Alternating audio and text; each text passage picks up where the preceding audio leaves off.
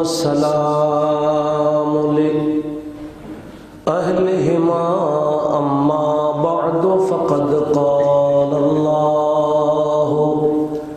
तआला फ़ी शान हबीबिही ताज़ीमन लहू व तौक़ीरा। अऊज़ु बिल्लाहि मिनश शैतानिर रजीम। इन्नल्लाह व मलाइकतहु युसल्लूना अलन नबी या अय्युहल्लज़ीना आमनू सल्लू अलैहि वसल्लिमू तस्लीमा। सल्लल्लाहु अला सय्यदिना मुहम्मद व आलिहि व अस्हाबिहि। अल्लाहुम्मा सल्लि अला सय्यदिना मौलाना मुहम्मद व अला आलि सय्यदिना।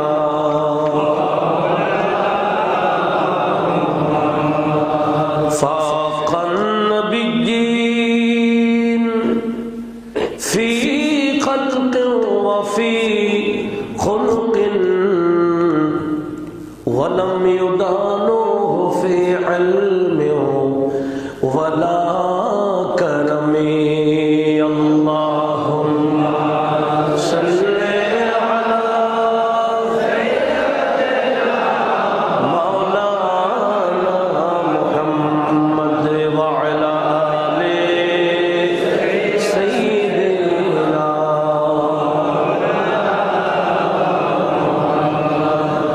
अल्हम्दुलिल्लाह वस्सलातु वस्सलामु अला रसूलिल्लाह।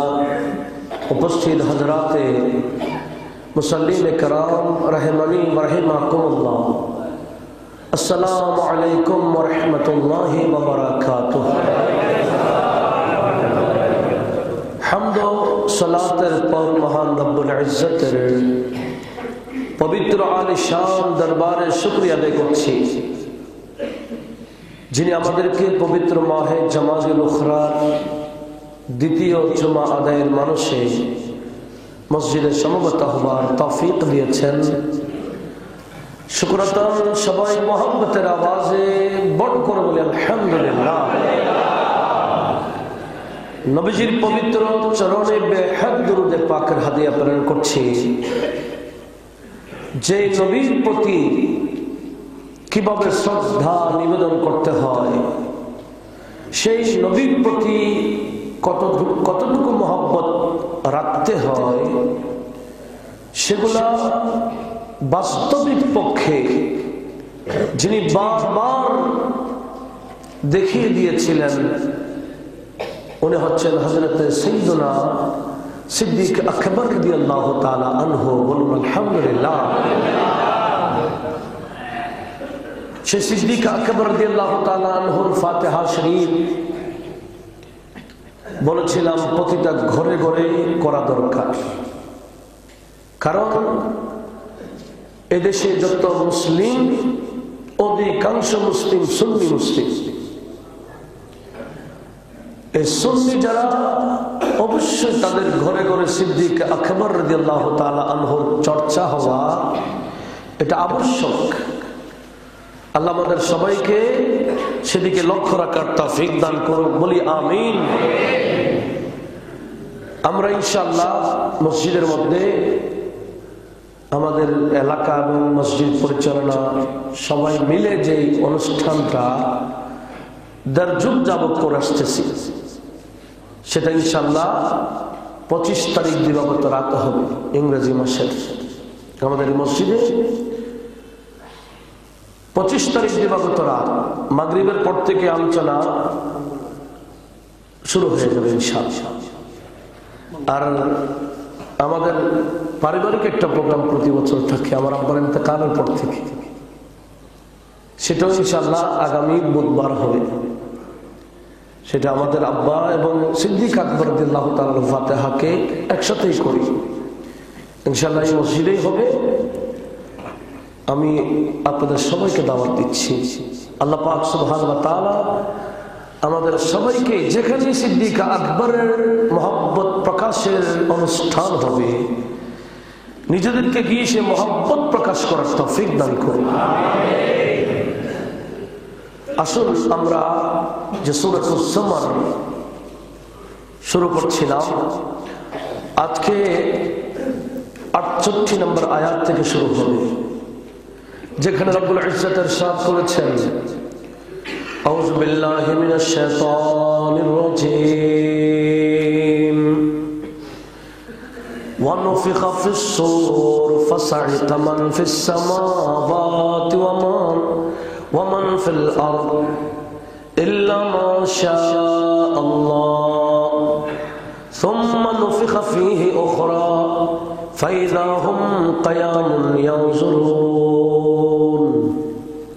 আল্লাহ বলেন ওয়া নুফিখা ফিস সূর, অতঃপর সিংহায় ফুঁক দেওয়া হবে, ফাসাইকা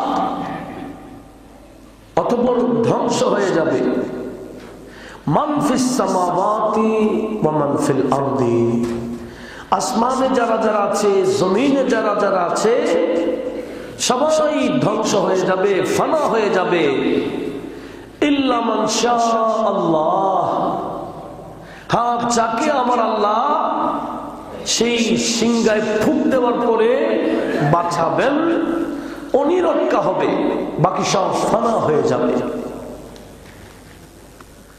সুম্মা নুফিখা ফীহি উখরা, অতঃপর সিংহায় আবার ফুঁক দেওয়া হবে, ফাইযা হুম কিয়াম, দ্বিতীয়বার যখন ফুঁক দেবে দেখবে সবাই যারা যারা মারা গিয়েছিল একেবারে আদম আলাইহিস সালাম থেকে শুরু করে একেবারে কিয়ামতের আগ পর্যন্ত যারা মারা গিয়েছিলেন সবাই আবার কিয়াম, সবাই একসাথে দাঁড়িয়ে গেল। একটু জোরে বলুন না সুবহানাল্লাহ।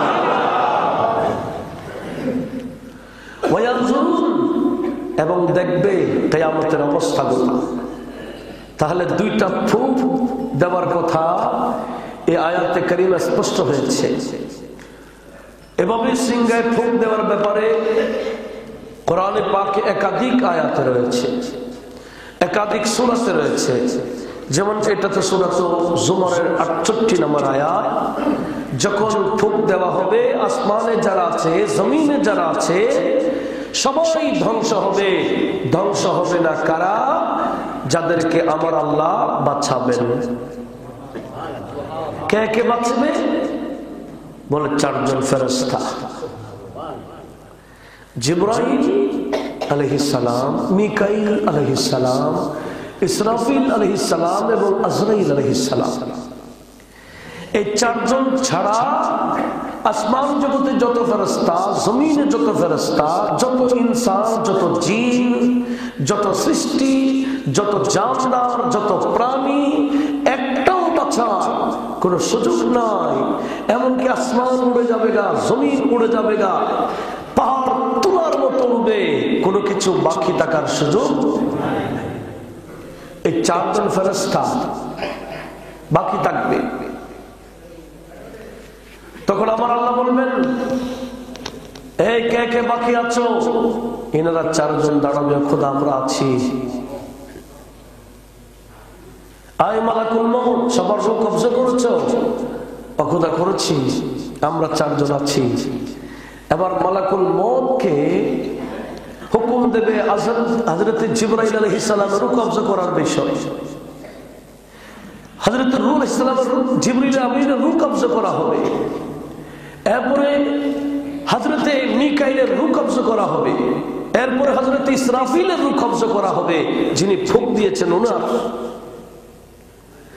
আবার ওই মালাকুল মউত যিনি মানুষকে মারেন, মানুষের নয় শুধু জানদারের রূহ যিনি কবজা করেন, সেই মালাকুল মউত ওনার রূহ কবজা করা হবে। একটু আওয়াজ দিয়ে বলুন না সুবহানাল্লাহ। কেউ থাকবে না। আমার আল্লাহ বলেন কুল্লু মান আলাইহা ফান, এই দুনিয়াতে যারা ছিল সব ফানা হবেই হবে। ওয়ায়াবকা ওয়াজহু রাব্বিকা যুল জালালি ওয়াল ইকরাম, শুধু বাকি থাকবো আমি আল্লাহ, আমার সত্তাই বাকি থাকবে। একটু জোরে বলি না সুবহানাল্লাহ। সেদিন দেখেন, এটা তো সূরাতুল জুমার, আরেকটা সূরাতুল নামল আয়াত নাম্বার 87, সেখানে কি আছে? আউযু বিল্লাহি মিনাশ শাইতানির রাজীম ওয়া ইয়াওমা ইউনফাখু ফিস-সূর, আর যেদিন সিংহায় ফুঁক দেওয়া হবে, ফাফাজিয়া, অতঃপর কাঁপতে থাকবে, কাঁপতে কাঁপতে ধ্বংস হয়ে যাবে। কারা? মান ফিস সামাওয়াতি ওয়া মান ফিল আরদি, আসমানে যা আছে জমিনে যা আছে সব ধ্বংস হয়ে যাবে। ইল্লা মান শাআল্লাহ, যাদেরকে আমার আল্লাহ ওই ফুঁক থেকে বাঁচাবেন তারাই ধ্বংস হবে না। উচ্চ আওয়াজে বলুন সুবহানাল্লাহ। এরপরে আরেকটা ফুঁক দিবে। ফুঁক দেওয়ার পরে কি অবস্থা হবে? এটা সূরা ইয়াসিন আয়াত নাম্বার 51 থেকে 53। যে সূরা ইয়াসিন আমরা প্রায় বিশেষ করে মাইয়তকে কেন্দ্র করে পড়া যায়। মানুষ মারা যাওয়ার আগে হোক, মারা যাওয়ার পরে হোক, এমনকি কবরে গিয়ে হোক, যে সূরা পড়লে বেশি ফজিলত ওটার নাম সূরাতুল ইয়াসিন। নবীজি বলেছেন, যেই সমস্ত ছেলেরা মা বাবার কবরে গিয়ে জুমার দিন সূরা ইয়াসিন পড়বে, আমার আল্লাহ ওই ছেলের আমলনামায় লিখে দেয় এই ছেলে মা বাবার হক আদায় করেছে। এত লম্বা সূরা পড়ার এত টাইম কি আমাদের আছে? মা বাবার কবরে গিয়ে সূরা ইয়াসিন পড়বো, এই সময় কই? কিভাবে যে কবর জিয়ারতে আমরা বেশিক্ষণ দাঁড়াইতে পারি না, ইবলিশ আমাদের গুতা দেওয়া শুরু করে। এটা কিন্তু বাস্তব কথা। মাজারে গিয়ে একটু শান্তিভাবে সূরা ইয়াসিন পড়বো, এই সময় ইবলিশ আমাদেরকে দেয় না, বের হওয়ার জন্য তাড়াই। মা বাবার কবরে অন্তত আজকের এই আলোচনা শুনে আমল করার চেষ্টা করি। মা বাবার কবর, যাদের মা বাবা মারা গেছেন, এখন মোবাইলে কোরআন শরীফ রাখা যায়।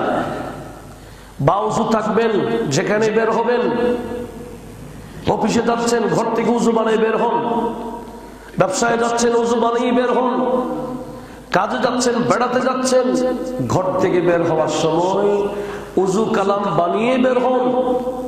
কার কাছে কখন যে মালাকুল মওত আসে আমরা তো জানি না। বা উজু যদি মরতে পারি, হতে পারে এটা নাজাতের বড় একটা ওসিলা হয়ে যাবে। আল্লাহ আমাদেরকে সবসময় উজুওয়ালা থাকার তৌফিক দান করুন। এখন তো নামাজ পড়তে গেলে বলে না আমার কাপড় ঠিক নেই। এই মুসলমানের বাচ্চারা কি বলে? কাপড় ঠিক নেই। তো তোমার কাপড় ঠিক না থাকলে কারটা ঠিক থাকবে? এর চেয়ে বড় লজ্জাকর বিষয় কি আর আছে? আল্লাহ পাক মুসলিম মিল্লাতকে বোঝার তৌফিক দান করুন। উত্তর দক্ষিণ হয়ে শুয়ে যাওয়ার পরে বুঝে লাভ কি হবে? এখনো বোঝার টাইম আছে। যে বুঝলে অবশ্যই বাকি জীবন সেভাবে যদি কাটাইতে পারি, নাজাত পাওয়ার বড় সুযোগ আছে। আল্লাহ এই সুযোগ গ্রহণ করার তৌফিক দান করুন। আসুন, কি বলছিলাম, যেখানে যাব উযু করে যাব। সবাই একসাথে বলি ইনশাআল্লাহ। কষ্ট হবে বেশি? তো উযু যখন আছে, মা বাবার কবর দিয়ে যাচ্ছেন, অন্তত মোবাইলটা খুলে ইয়াসিনটা পড়ে নিন। 10 মিনিটের চেয়ে কি বেশি লাগবে? যত স্লোলি পড়ুন, 10 মিনিটের চেয়ে বেশি লাগবে না। আর একটু তারা পড়তে বললে তো 2-4 মিনিটে শেষ। এইভাবে মা বাবার কবরটা সামনে রেখে সূরা ইয়াসিন পড়লে আমার নবীজি বলেন ওই ছেলের আমলনামায় আল্লাহ লিখে দেই এই ছেলে মা বাবার হকটা আদায় করেছে। একটু জোরে বলি না সুবহানাল্লাহ।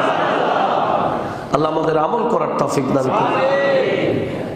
সে সূরা ইয়াসিনের 51 নম্বর আয়াত থেকে আল্লাহ বলেন ওয়ানুফিখা ফিস-সূর, অতঃপর দ্বিতীয়বার সিংহায় ফুঁক দেওয়া হবে।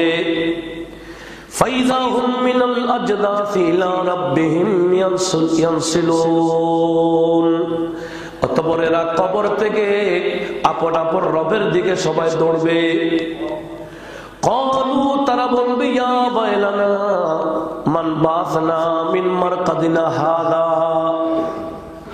তারা বলবে হায় আফসোস, আমরা তো বড় আরামে ছিলাম, ঘুমিয়েছিলাম, আমাদের তো কোনো খবর ছিল না, আমরা বড় আরাম আয়েশের মধ্যে ঘুমেছিলাম। মান বাসনা মিন মারকাদিনা হাদা, আমাদের এই মারকাদ, আমাদের এই রেস্টখানা, আমাদের এই ঘুমাবার স্থান থেকে আমাদেরকে উঠাইলো কে? মা ওয়াদার রহমান ওয়া সাদাকাল মুরসালুন, হ্যাঁ হ্যাঁ, আল্লাহ যেটা ওয়াদা দিয়েছেন সেটা সত্য ওয়াদা দিয়েছেন। রাসূলরা যা বলেছেন সত্যই বলেছেন। একদিন যে কিয়ামত হবে আল্লাহ ওয়াদা দিয়েছেন, রাসূলগণ শুনিয়েছিলেন। আল্লাহ যা ওয়াদা দিয়েছেন, রাসূলগণ যা শুনিয়েছেন, উভয়টা সত্য। জোরে বলুন সুবহানাল্লাহ। উভয়টা সত্য।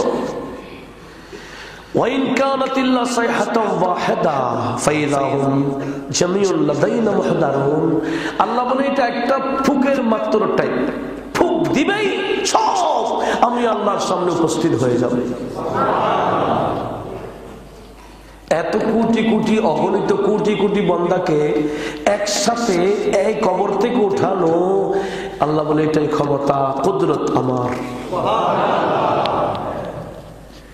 সেই বিষয়ে কোরআনে পাকে আরো আরো আয়াতে কারিমা রয়েছে। তবে হাদিসে পাকে আমার নবীজি কি বলেছেন কয়েকটা হাদিসে পাক শুনি। যেমন নাকি তিরমিজি শরীফের মধ্যে হাদিস রয়েছে 2431 নম্বর হাদিস, মুসনাদ আহমদে 19364 নম্বর হাদিস, মুসনাদ আবি আলাতে 1084 নম্বর হাদিস, সহিহ ইবনে হিব্বানে 823 নম্বর হাদিস, মুস্তাদরাক লিল হাকিমে 4th খণ্ড 559 নম্বর পৃষ্ঠা রয়েছে। সেটা কি? আন আবি সাঈদ قال قال رسول الله, বড় করে বলি সাল্লাল্লাহু আলাইহি ওয়াসাল্লাম, কাইফা আনআমু ওয়া সাহিবুল করনি قد ইলতাকামা আল করনা واجتمع الإذن متى يؤمر بالنفخ فينفخوا فكان ذلك على أصحاب النبي صلى الله عليه وسلم فقال لهم قولوا حسبنا الله ونعم الوكيل وعلى الله توكلنا।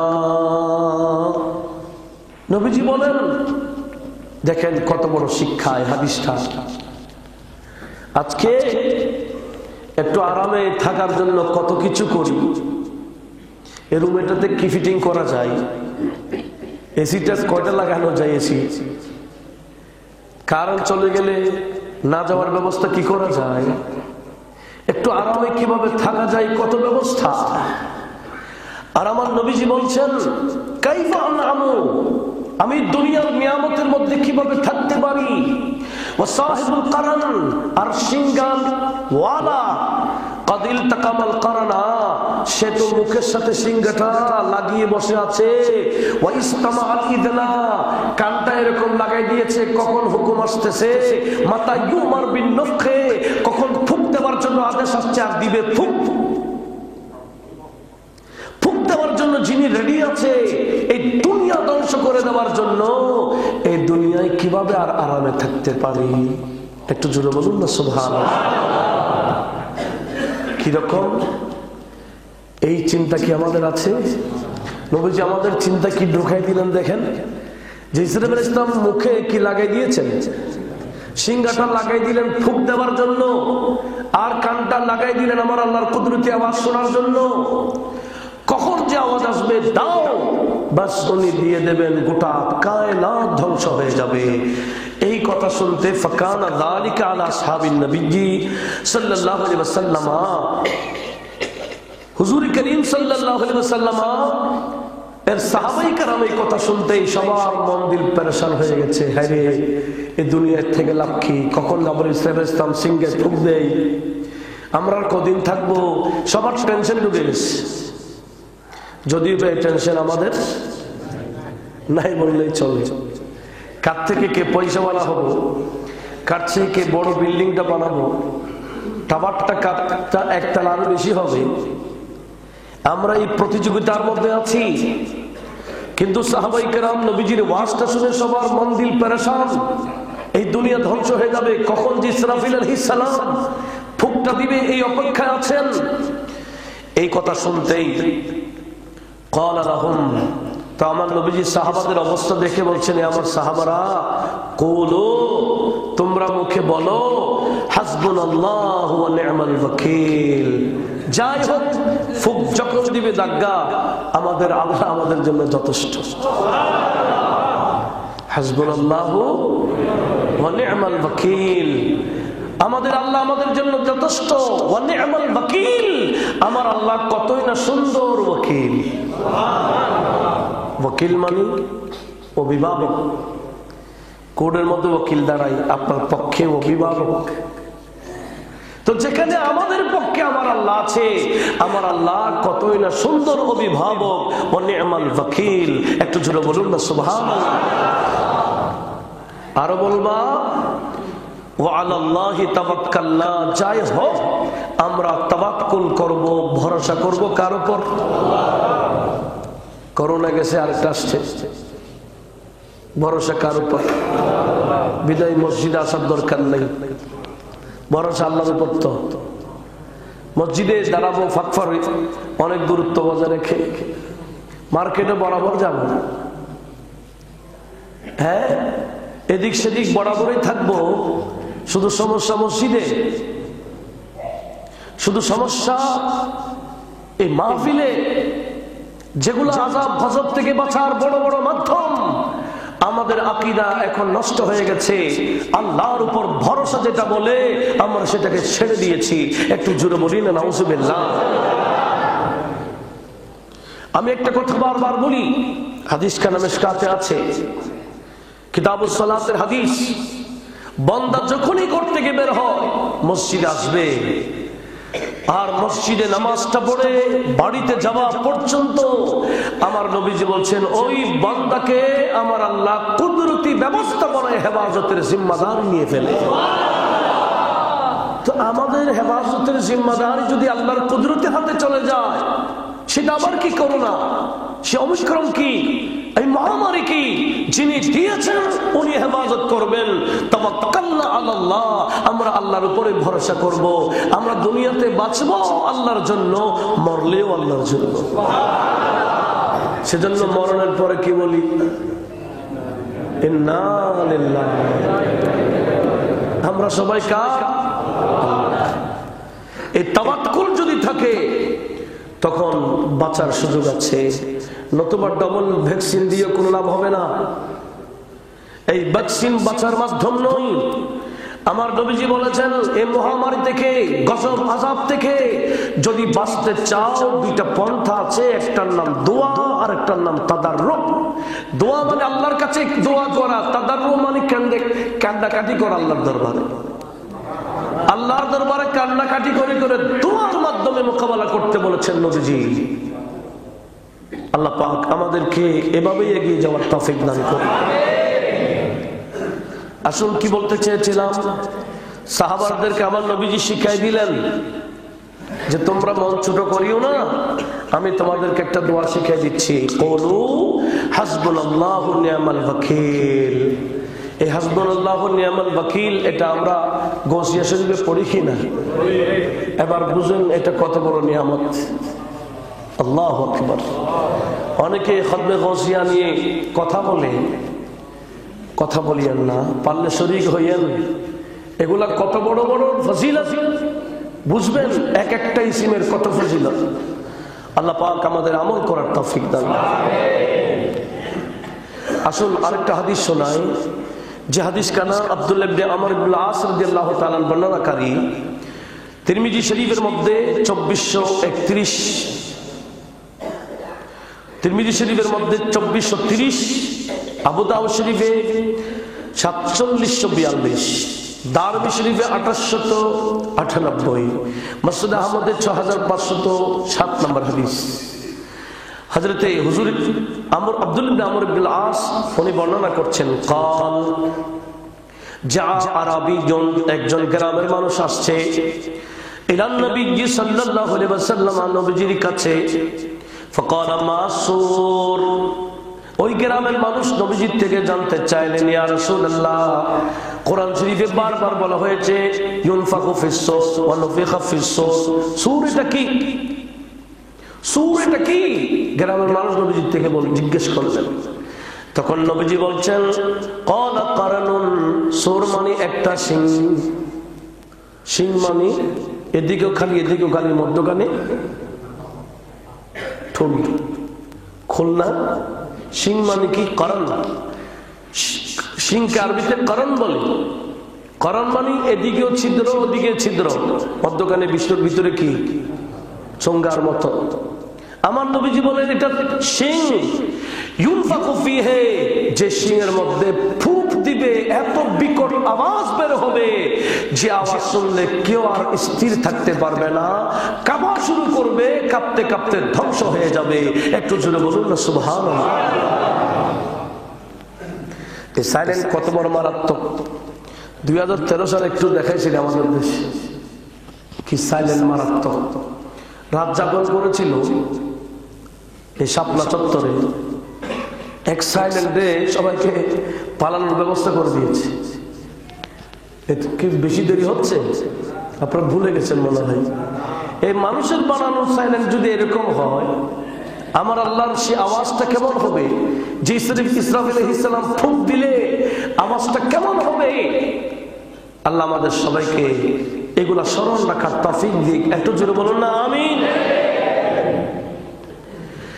বুখারী শরীফে 4814 নম্বর হাদিস, মুসলিম শরীফে 2955 নম্বর হাদিস, সুনানে কুবরাত ইমাম নাসাঈ করেছেন 11459 নম্বর হাদিস। আরেকটা হাদিস শুনি, হযরত আবু হুরায়রা রাদিয়াল্লাহু তাআলা হাদিস বর্ণনাকারী, قال رسول الله صلى الله عليه وسلم ما بين النفقتين 40। ইসরাফিল আলাইহিস সালাম যে দুইটা শিঙে ফুঁক দিবেন, দুইটা যে ফুঁক দিবেন, ওই দুই ফুঁকের মধ্যখানে 40। কি? কালু, যারা শুনেছে এরা বলছে ইয়া আবু হুরায়রা কি 40 ইয়াওমান, নবীজি থেকে 40 শুনেছ কি 40 দিনের কথা বলেছেন? কালা আবাই, তো আমি জানি না। কালু 40 শাহরা, কি 40 মাসের কথা বলেছেন? কালা আবাই, তো জানি না। কালা 40 সানা, কি 40 বছরের কথা বলেছেন? কালা আবাই, তো আমি জানি না। মোদ্দা কথা রাসূলের পাক থেকে শুনেছি 40। দুই বুকের মধ্যখানে কি 40 দিন না মাস না বছর? নবীজি কিছুই বলেন নাই। একটু জোরে বলুন না সুবহানাল্লাহ। এই 40-এর হিসাব আছে কিনা? এই 40-এর হিসাব দুনিয়াতে আসার আগে আমাদের ছিল, আসার পরও ছিল, মারা যাওয়ার পরও থাকে। আমরা এটা হিসাব করি, যদি অনেকে বেদাত বেদাত বলে চিল্লাই। দেখেন, দুই সিংহের মধ্যকার সময়টা আমার আল্লাহ 40 রেখেছেন। তো আমার নবীজি বলেছেন কি জানেন? নবীজির হাদিস থেকে আবু হুরায়রা শুনে বললেন, সুম্মা ইউনজিলুল্লাহু মিনাস সামাই মাআ, সব যখন ধ্বংস করবেন, আবার আমার আল্লাহ আসমান বানাবেন, বানাবার পরে সে আসমান থেকে আবার পানি বর্ষণ করবেন। ফায়ুমবিতুনা কামা ইউমবিতুল বাকাল, সেই পানি বর্ষণ করার কারণে জমিনে, পুরো জমিনে পানি বর্ষিত হবে। যেখানে যেখানে বান্দা থাকবে, মানুষ থাকবে, ওই আসমানের পানি দ্বারা আমার আল্লাহ আবার কবরবাসীকে জিন্দা করে দেবেন। জোরে বলুন সুবহানাল্লাহ। দেখেন, এক শিখে এক ফুকে সব ধ্বংস, আবার পানি বর্ষণ করবে, সে কবরের ভিতরে পৌঁছাবে।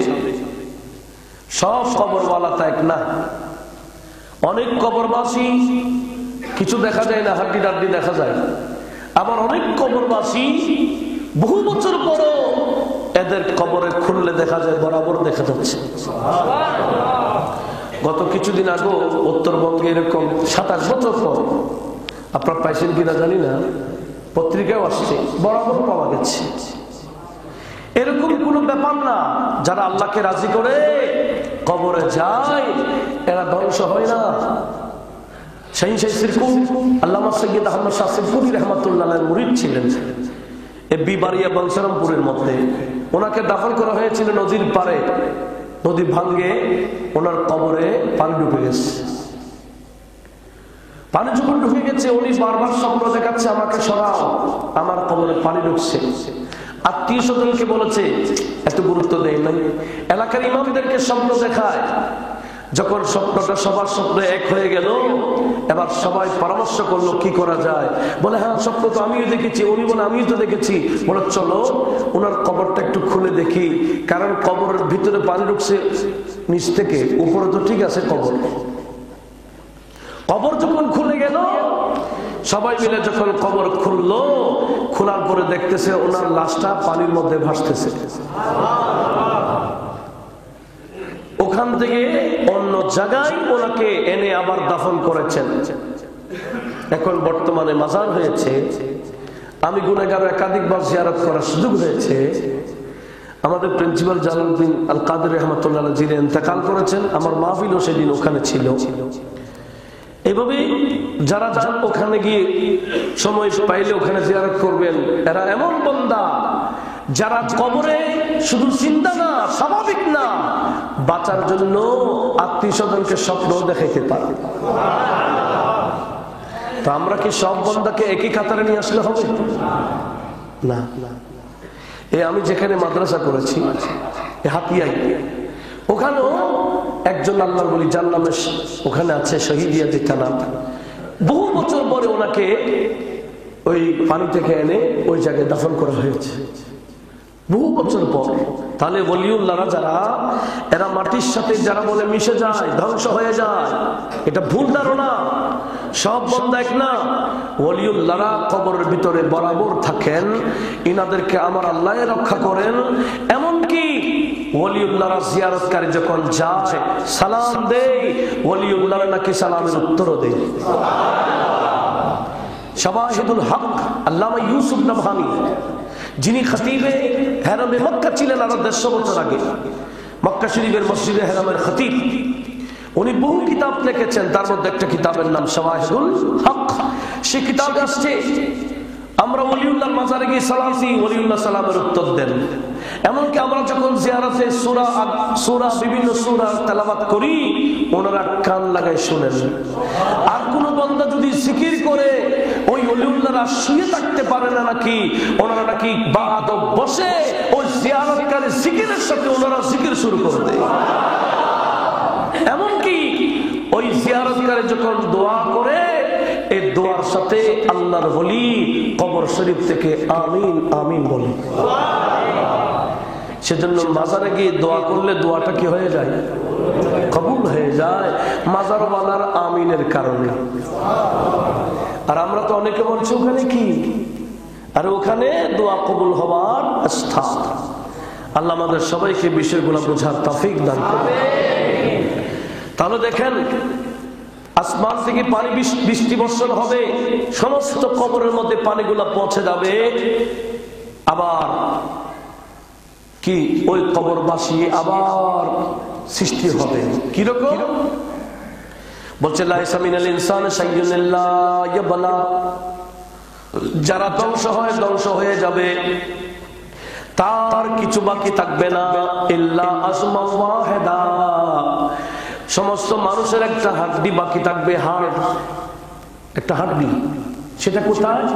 এই মেরুদণ্ডের লাস্ট যেখানে পশুদের লেজ গড়ে, লেজ গেছে উঠে সেই জায়গাটার হাড্ডি, সমস্ত ইনসানের এই হাড্ডিটা বাকি থাকবে। সে হাড্ডি থেকে আমার আল্লাহ আজবুল জাম বলেছেন এই হাদিসে পাকে, আজবুল জাম মানে লেজ গড়াবার, যেখান থেকে লেজ বের হয় পশুদের, সে হাড্ডিটা সমস্ত মানুষের বাকি থেকে যায়। ওয়ায়ুরাক্কাবুল খালকু ইয়াউমাল কিয়ামা, সে হাড্ডি থেকে আবার আমার আল্লাহ বান্দাকে রেডি করে ফেলবে কিয়ামতের ময়দানে যাবার জন্য। ওই বান্দাদেরকে আমার আল্লাহ আবার রেডি করবেন। তারা আরেক ফুক দেওয়ার সাথে সাথে, ইসরাফিল আলাইহিস সালামের ফুকের সাথে সাথে আপন আপন কবর শরীফ, কবর থেকে বের হয়ে কিয়ামতের ময়দানে উপস্থিত হবে। একটু জোরে বলুন না সুবহানাল্লাহ। আরেকটা হাদিস শোনাই, 2411 নম্বর হাদিস। হাদিসটা অনেক লম্বা, খুব তারা বলবো, সময় শর্ট। মুসলিম শরীফের 2373 নম্বর হাদিস, আবু দাউদ শরীফের মধ্যে 4671 নম্বর হাদিস, তিরমিজি শরীফে 2345 নম্বর হাদিস, মুসনাদ আহমদের 7576 নম্বর হাদিস। হযরত আবু হুরায়রা বলেন, বাইনামা ইয়াহুদি ইয়ারিদু সিলআতান লাহু উতিয়া বিহা শাইয়ান কারিয়াহু। এক ইহুদির সাথে এক মুসলমানের কিছু ব্যবসা হয়েছে। সে ব্যবসা থেকে ইহুদির কিছু মাল নিয়েছেন, মালের বিনিময়ে কিছু দিয়েছেন, তাদের মধ্যে কথা কাটাকাটি হয়ে গেল। তো কথা কাটাকাটি যখন হয়ে গেল, ইহুদি কি বলেছে, ক্বালা ওয়াল্লাযী ইসতাফা মূসা আলাইহিস সালাম আলাল বাশারি, বলে আমি তোমাকে এরকম দিয়েছিলাম, তুমি বিশ্বাস করছো না, আমি কসম করছি। ইহুদি কসম কিভাবে করছে? ইহুদি বলছে, ওয়াল্লাযী ইসতাফা মূসা আলাল বাশারি, আমি ওই খোদার শপথ করে বলছি যিনি মূসা আলাইহিস সালামকে সমস্ত মানব জাতির মধ্যে শ্রেষ্ঠ করেছেন। এই শপথটা কার? আমি ওই খোদার শপথ করে বলছি যিনি মূসা আলাইহিস সালামকে মানব জাতির মধ্যে শ্রেষ্ঠ বানালেন। এই কথা শুনতে ফাসামিয়াহু রাজুলুম মিনাল আনসার, আনসারী এক সাহাবী কথাটা শুনলো। ফালাতামা ওয়াজহাহু, ইহুদির গালে দিল থাপ্পড়। থাপ্পড় লাগাইয়া বলছে কি, আতাকুলু ওয়াল্লাযী ইসতাফা মূসা আলাইহিস সালাম আলাল বাশার ওয়া রাসূলুল্লাহ সাল্লাল্লাহু আলাইহি ওয়াসাল্লাম বাইনা আযহরিনা, আমাদের মাঝে রাসূল পাক যিনি সমস্ত নবীদের সরদার, উনি তাশরীফ ফরমা। এই অবস্থায় তুমি সমস্ত বছরের মধ্যে মানব জাতির মধ্যে মূসা আলাইহিস সালামকে শ্রেষ্ঠ করছো, শ্রেষ্ঠ তো আমাদের নবী, এরকম বলে দিল থাপ্পড়। দেখেন এখনো এরকম গরম পানি এসকবল আসে না? নবীর সামনে বিয়াদবি করলে ঠোঁড়া হাতে গেলে, আমাদের খালো আব্দুল আদিস সাহেব ছিলেন, নবীর সামনে বিয়াদবি করলে থাপ্পড় লাগিয়ে দিয়েছে। এটা সাহাবায়ে কেরামের দেখেন নবীজির প্রতি ইশক ভালোবাসা। এই বিষয়ে স্বতন্ত্র একটা কোরআন শরীফের আয়াত নাযিল করেছেন, আপনারা স্টাডি করতে পারেন। যে আয়াতটি সূরা মুজাদালার লাস্ট আয়াত, 22 নম্বর আয়াত, অনেক লম্বা। যে আয়াতটা এই সাহাবায়ে কেরাম নবীজির প্রেমে পড়ে আপন আত্মীয়কে পর্যন্ত মারতে দ্বিধাবোধ করে নাই, আমার আল্লাহ ওই সাহাবায়ে কেরামের তারিফ এবং প্রশংসা করেছেন এবং বলেছেন কি জানেন? বলেছেন উলাইকা কাতাবাল্লাহু ফি কুলুবিহিমুল ঈমান, এরা এমন বান্দা নবীজির প্রেমে আত্মীয়কে মেরে ফেলেছে যুদ্ধের ময়দানে, এমনে না, এদের কলবে আমার আল্লাহ ঈমানটাকে গেড়ে দিয়েছেন বিদায়। এটা ঈমানি জজবা। এই সাহাবা ইহুদিকে কি মেরে দিলেন? বলে সমস্ত মানব জাতির মধ্যে আমাদের নবী শ্রেষ্ঠ, তুমি বলতেছো ইউসুফ হযরত মূসা আলাইহিস সালাম শ্রেষ্ঠ। এই কথা বলতে ফাযাহাবাল ইহুদি ইলা রাসূলুল্লাহ সাল্লাল্লাহু আলাইহি ওয়াসাল্লাম, ইহুদি আর দেরি করল না, দৌড়তে দৌড়তে নবীজির কাছে এসে গেল বিচার দেওয়ার জন্য। ফাকালা ইয়া আবুল কাসেম, হে আবুল কাসেম, নবীজিকে বলছে, হে আবুল কাসেম, ইন্নালি যিম্মাতান ওয়াহাদান, অমুক বান্দার সাথে আমার কিছু চুক্তি ছিল, আজকে এগুলা নিয়ে কথা বলছিলাম। ফালা ওয়া ফুলান লাতামা ওয়াজহি, অমুক আনসারী আমাকে আমার চেহারার মধ্যে একটা থাপ্পড় লাগাই দিয়েছে। ফাকাল রাসূলুল্লাহ সাল্লাল্লাহু আলাইহি ওয়াসাল্লাম লিমা লাতামতা ওয়াজহা, ওই আনসারীকে নবীজি ডেকে বলছে, এই আনসারী, তুমি এই ইহুদির গায়ে থাপ্পড় কেন দিছিলে গালে? তার মুখে থাপ্পড় কেন দিছিলা? ক্বালা ইয়া রাসূলুল্লাহ, হুজুর সে কি বলেছে জানেন? ইসতাফা মূসা আলাইহিস সালাম আলাল বাশার, সে বলছে আমি ওই খোদার শপথ করে বলছি যিনি মূসা আলাইহিস সালামকে মানব জাতির মধ্যে শ্রেষ্ঠ করেছেন, বেছে নিয়েছেন, অথচ আনতা বাইনা জুহরিনা, আপনি রাসূলটা আমাদের মাঝে আছেন। হুজুর আমি এটা সহ্য করতে পারি নাই, সেজন্য আমি তাকে থাপ্পড় মেরে দিছি। এই কথা শুনতেই তো আমার নবীজি ক্বালা ফাকাদাবা রাসূলুল্লাহ সাল্লাল্লাহু আলাইহি ওয়াসাল্লাম, রাবী বর্ণনা করছেন, বর্ণনাকারী বলছেন আমার নবীজি এটা শুনে রাগ করে ফেললেন। হাত্তা উরিফাল গাযাবু ফি ওয়াজহিহি, চেহারা আনোয়ার লাল হয়ে গেল, রাগ দেখালেন। ক্বালা লা তুফাদ্দিলু বাইনা আম্বিয়াইল্লাহ, হে আমার সাহাবারা, সমস্ত নবীগণ আল্লাহ, তোমরা এক নবীর উপর অন্য নবীকে তোমাদের পক্ষ থেকে কেউ ফজিলত দিবে না, অমুক থেকে অমুক শ্রেষ্ঠ এরকম বলিও না, এটা আমি নবী তোমাদেরকে নিষেধ করছি।